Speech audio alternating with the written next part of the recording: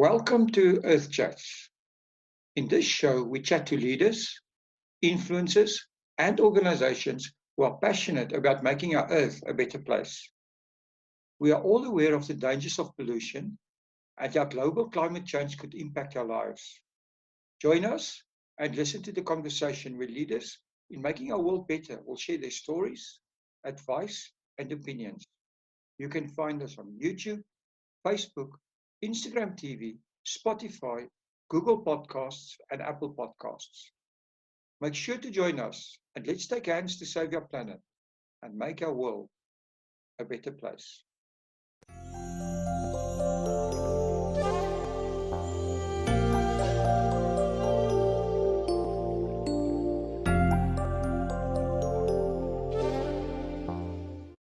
Good day, everyone, and welcome to Earth Chats. Today we're talking to Dommisse. Ian is the founder of the EcoBrick Exchange. Welcome to Earth Chats, Ian. Thanks so much, Will. Thanks for having me. No, it's a pleasure. It's an interesting concept that you have, the EcoBricks, so I'd love to talk about it. Can you give us some background about yourself and how you became involved with the environment and environmental enterprises? Sure thing. So as a child, I always loved spending time in nature, be it on the mountain or on the beach. And I was very curious about nature and sort of wildlife in general. And then obviously, as I grew up, I started to become aware of the plastic pollution problem. But then also as a child, during high school, I came across the Habitat for Humanity organization and became quite involved with sort of, doing those projects, but then also we had to raise funds sort of as a collective at school. And so through that way, I got to, start to go into different communities and to interact with different cultures. And I found it really fascinating and really, I enjoyed the ability to have, a proper impact. And so after school, I studied architecture, and during architectural studies, there's not time for much else. But once I completed my master's, I didn't have a job yet, and I started. I came across the EcoBrick concept, and that's when I started studying it and became fascinated with it. So I think that's sort of how it brought me to sort of the environmental space, and I was curious as to why it wasn't being used in South Africa, and so I invested a lot of time and effort into finding ways to get it into the industry. Oh, that's awesome. So so that's been your since you've started, this has been what your passion's been, and you've been able to follow that. Yeah, it's been an interesting journey. I mean, in the beginning, it was a side side interest, and I was full-time employed for the first couple of years. But at the time I was living in Port Elizabeth, and actually after working for just the first year, my living expenses in my situation in PE was so low that I could actually I took an 8-month employment gap where I concentrated on what was then an organization development full time. And I must say that was significant because it meant that then we could really concentrate and find our first project and give the development the time that it needed. And then I slowly did actually go back into formal employment, ironically with the architectural firm that we were developing it with. And so kind of since then, I've had different sort of statuses of formal employment, but I've actually left the sort of main architectural industry back in 2016 so that I could develop the project full-time and also freelance in landscape design, which I'm very passionate about as well. Oh, that's awesome.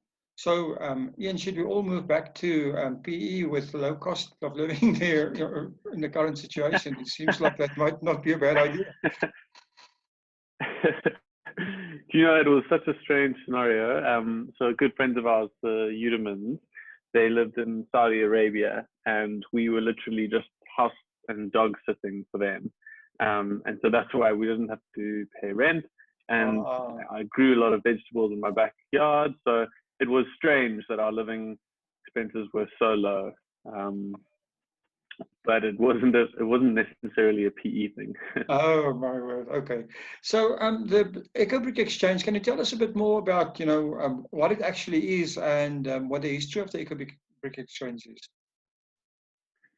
Sure. And I'm going to go sort of in the journey in which it started. So in the beginning, it formed because I was fascinated about, building with EcoBricks, and we wanted to build a school out of EcoBricks in Port Elizabeth. And so that gave rise to the forming and the registering of a nonprofit organization. But as we developed, and it was quite a long journey to get that building plan approved by the municipality. During the time, we got a lot of access to opportunities in sort of networking and marketing and design conferences. So quickly the word got out, and we were overwhelmed with requests for project support across the country. And we quickly saw that it's not really sustainable for me or one of the team members to fly around and do these projects, mostly because the areas where we were building the schools are under-resourced communities, and they didn't have the greatest sort of financial backing. Mm-hmm. And so during the time, actually about a few years after we started, the city of Cape Town contracted us to be a part of the school that they were building outside Delft, which was built out of all different types of reclaimed materials. And it was a very successful project. We trained the local community members and schools to make about over 4,000 EcoBricks, which they then used in the school. And the project came out successfully. It did cost a lot of money to the city of Cape Town. Look, a lot less than what it would have cost for a standard construction. In fact, they had a 20% cost saving. But if you go back to Delft today, you won't find that many people eco-bricking. And so we've been taking a few steps back since then and looking at, okay, well, we want to be sustainable, and we want to, our purpose is to protect the environment from plastic. And so therefore, maybe we mustn't be so hell-bent on only creating buildings with EcoBricks if the model isn't sustainable. And if we aren't teaching and empowering people to start their own micro businesses, then maybe the habit isn't going to stick, and it's not going to keep on protecting the environment in those areas. And so we developed a range of skills training programs, which basically teaches people to not only make an EcoBrick, but to build a small structure of value, so that then they can have a little enterprise and they can sell those items so that they can then perpetuate the environmental protection, but also to create income opportunities. So, we are very much a different organization today as to what we started. And so today we're an enterprise development agency, which works to strengthen the green economy. So the green economy is any industry which improves the environment rather than harming it. So that's why, we very much focused on gardening and composting, and we've actually got quite a few sort of edible gardening projects, many of which happen to use the EcoBricks as well. But part of the skills development we include is, how to grow your own vegetables in an urban setting, so that then you can develop obviously food, but you can also develop this important skill, which in a time like this, as we're all seeing, is crucial. That's very interesting. So can you, for instance, use your EcoBricks to build like a retaining wall in the garden? Is that what you're saying? Yeah, so we've actually just recently created a video, which the listeners can find on our YouTube channel, which shows large, medium, and small applications of EcoBricks. So, as I said, we built that school. There's a few other building projects that are on the go, but then we've also started doing a lot of furniture items with EcoBricks. and vegetable gardens, raised vegetable gardens. And then most recently in the waterfront, we found a way to use EcoBricks to displace concrete. So when they're casting a floor slab, they're using a lot less concrete. So that's been quite a fun project, and you'll find those projects in the video. Yeah, so there's such a variety of things you can use your EcoBricks to create, and so we wanted to create some education around that. So we had some proper videos made. Oh, that's awesome. So also, what I'm interested in is when you do a building like that, how does your EcoBrick compare in with things like energy efficiency with your normal building material? Great question. What's important to first note is that an EcoBrick performs in a very different way to a normal brick. First and foremost, its function. It's not designed to carry load. So, normal bricks, you can build a brick wall and it'll carry the weight of the roof or whatever's above it.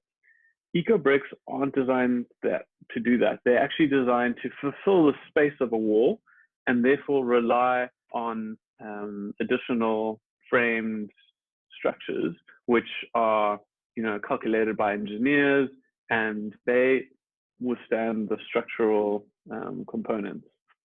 So that's one important aspect. Then in terms of thermal and energy performance, the beauty of an EcoBrick is that it's handmade. You don't need any expensive technology to create it.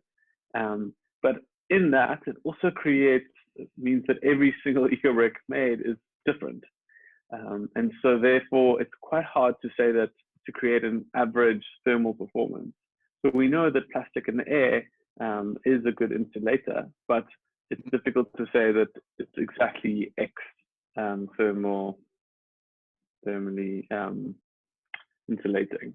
So that is a factor, but the way in which you, lack of a better word, sandwich the EcoBricks into either a wall or another material, the other material that you use in the combination, that's where you look to get the thermal minimum thermal insulation value, which is basically what we did with our building project in Port Elizabeth.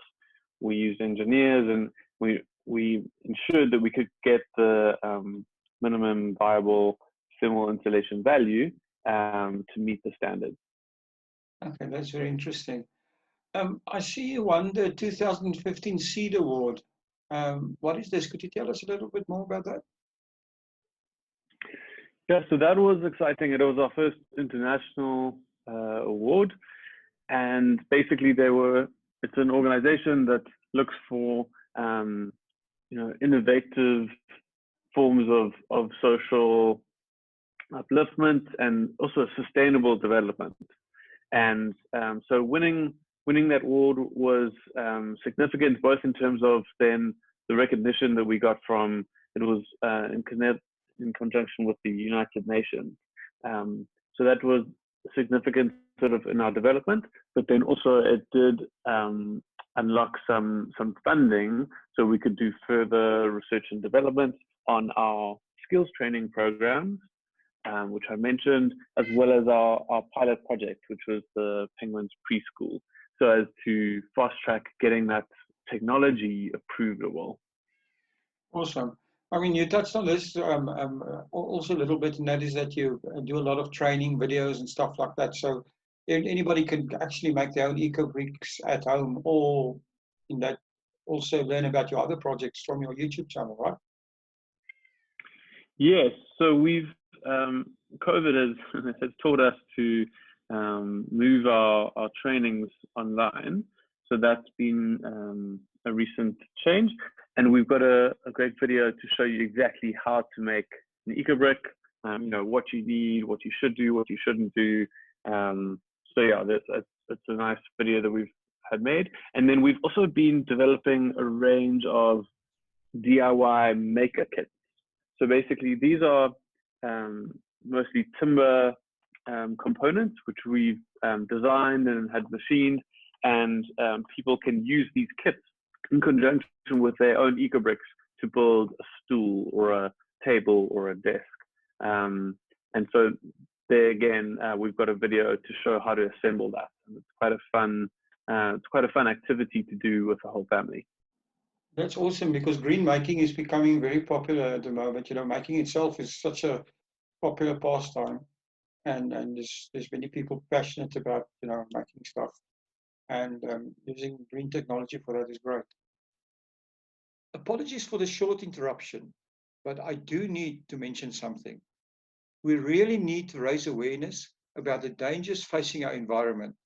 The Earth Chat podcast was started as a campaign to bring people together to save and protect our planet for generations to come. To make it easier for everyone to access our content and the advice shared by leaders in our mission for a better world, we have created a new website where you can access all our shows and featured articles. Visit us today on earthchats.bitmedia24.com, where you will find loads of interesting and insightful information, as well as tips and ideas of how you can participate in our mission of a better Earth. Here is that link again, earthchats.bitmedia24.com. Now, on with the show. You talked about the coronavirus, and yeah, that's true. You know, everybody's forced to rethink their organizational, you know, your model of your organization. And as an NPO, I think that's important for you as well. A lot of your projects are hands-on. So do you have any new ideas or anything in mind in terms of new things you're going to do besides your training that you were talking about in this corona, and who knows when it will be the post-corona world? Yeah, so there's a few ways that we've had to pivot. As we mentioned, the online trainings. So just with the online trainings, I mean, making beautiful trainings and videos is all very well, but a large percentage of our target sort of audience, the artisans that we try to train, they struggle with access to internet. So therein lies a bit of a hurdle at the moment. So we're having to look for sort of partnerships with alternative internet providers so that we can share access. But yeah, the other way that we've pivoted is that before we used to have drop-off points where people who would make EcoBricks, then they could drop them off. Actually, even without the pandemic, those drop-off points weren't working very well. And the major reason why is that unless you have a trained individual at each drop-off point who knows how to assess the quality of an EcoBrick, whether it's finished or not, people start becoming quite lazy, and then they'll just, they'll half make an EcoBrick and drop it off, which becomes quite problematic. Or so those drop-off points did prove to be challenging, and so we were looking to close those anyways. So now what we've been innovating, and it's nearly ready to launch, is what we're calling our portal system. So basically, for a portal to function, it needs to have a trained EcoBrick expert, and they need to have a range of educational material at that place, so that when you do deliver your EcoBricks, you can also become informed about, what is the local recycling opportunities, or, where can you take your food waste, so that it's not just about EcoBricks, but it's about more segments of the sort of waste streams. And it's a place where you can see what your donation is helping. So we like to run beneficiary projects in under-resourced schools in different parts of the country. So when you drop off your EcoBricks, you can then also get an update as to what's happening with so-and-so project. Oh, that sounds amazing. Talking about projects, are there any projects big projects at the moment that you would like to, to get some awareness for, or want to talk about? Yes, so I mentioned the waterfront project. So that one is still under construction, and it's quite an exciting one because they're using about 13,000 EcoBricks and they're displacing 42 cubic meters of concrete, and that's what we're calling the commercial use of EcoBricks is a world first. So we've been working with the engineering firm called Arab, and the waterfront precinct who have spearheaded the project. It's been great to have both of their support, but what the project is enabled to achieve is the use of those EcoBricks is actually going to be informing the building's Green Star rating. And with the higher Green Star rating means that one day the property owners will be able to charge a higher rental to the tenants. So that's quite it's quite a game-changing sort of EcoBrick project. And then another few smaller projects that we have are more urban gardens.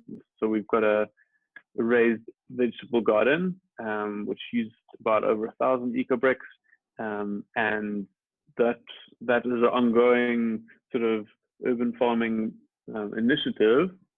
And since starting last July, we've grown 3.5 tons of fresh vegetables, which are donated to 2 food security NGOs, the Homestead and Ladles of Love, who at the moment are playing such a vital role in, feeding the masses of hungry people. Oh, that's awesome. So I was wondering now when you talked about the commercial application, do you foresee that EcoBricks could at some point become viable in terms of almost like a green offset, much in the same way as carbon credits would do, with people that use EcoBricks or eco-friendly material would get a green credit in terms of what they're doing and some kind of a rebate. Do you think such a system has there ever been such a system developed or in development? Yeah, I think that definitely there are going to be tax benefits, there are going to be carbon rating benefits, but also just the system that we are enabling is through partnerships with different organizations who work in the environmental sphere. We are essentially going to be acting as a middleman between the construction industry, where we are getting demand for EcoBricks, and then going to the artisans and the wastepreneurs, if you want to call them, and stimulating this exchange, so that then each EcoBrick that we sell is an income opportunity as well as an environmental tool. So that's the sort of route that we're going. It is going to take a while for the consumer wants to be able to touch and feel something before they can feel safe in it. So we still need to do a lot more education around how do engineers and architects specify EcoBricks to be used. The other thing that I'm wondering is how scalable is the production of EcoBricks in this way? I mean, how many EcoBricks can you guys actually produce with this system? Well, exactly. So if you look at, in my view, the model of using EcoBricks to build low-cost housing or low-cost things, if you run out of EcoBricks, which can quickly happen, and you need EcoBricks to be made, it's because it takes at least half an hour to 40 minutes to make one EcoBrick. It's not viable in terms of time for mass use of EcoBricks. So that being said, when the members of the public make EcoBricks and donate them towards our project, it is really helpful, because it means that then it's a 1 + 1 = 3 scenario, because we're taking people's plastic out of the environment, but then we're able to sell those 2 EcoBricks to create that micro income opportunity for the wastepreneur. Because otherwise, the sort of buying of EcoBricks model from the township otherwise the rewards that you can offer are too low. So this is a similar situation that we see in the recycling industry. So to get, you know, £2 from collecting chip packets, you need to collect 819 chip packets. And that's if recycling of chip packets is happening in your community. Versus you can fit 250 chip packets in an EcoBrick. So, you know, that's a lot more significant. Oh, that's awesome. So, Ian, if people want to get involved with EcoBrick and they want to contribute, how do they do that? Okay, well, in the age of what we're in, the simplest way is actually for people to follow us on social media, on, you know, Facebook, Instagram, YouTube, and actually to just help, you know, comment on and share and like the content that we put out there. Because the more that people interact and engage with the content, the more the sort of magical algorithm shares the message. So that's one simple way.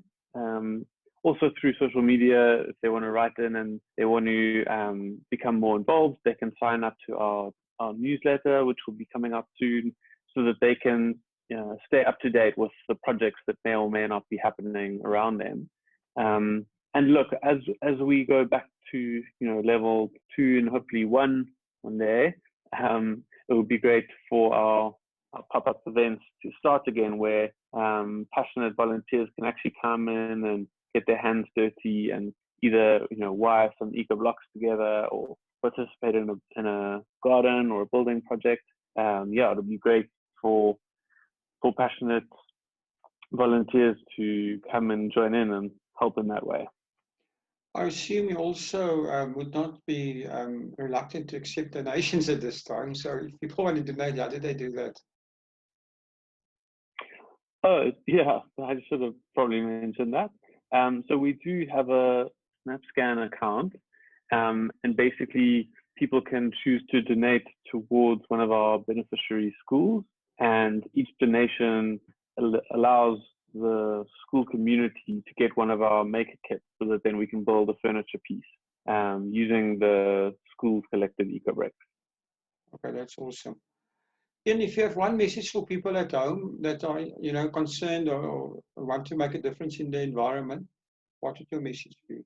So my message would be to never underestimate the impact that you can make yourself, and in your own capacity. So that could be, you know, if you're not recycling yet, to start recycling, or if you're not using reusable bags to buy shopping, you know, start there. I've recently created a zero waste at home video where I invite people in and you can come to the systems that we use in my home to throw nothing away. So, you know, we don't have any so-called waste. So people can explore that video, and it goes into, you know, worm composting and bokashi food waste and obviously eco-bricking. But I like to say that, you know, rather start with one small step and take it from there. I'm always nervous when people try to go too radically or too, you know, quickly into becoming zero waste one start, because it is a journey. So I'd say start with where you are, but never underestimate what you can achieve. Okay, amazing. Thanks, Ian. If people want to get hold of you or want to actually, you know, get hold of EcoBrick, where did they find you guys?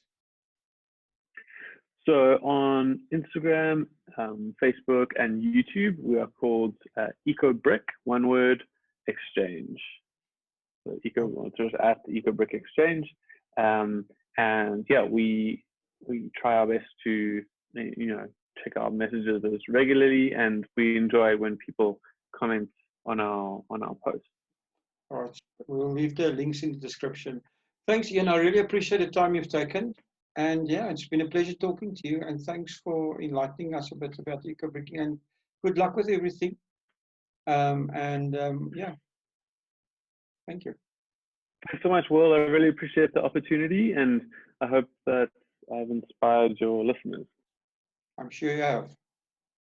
Thank you for listening to today's show.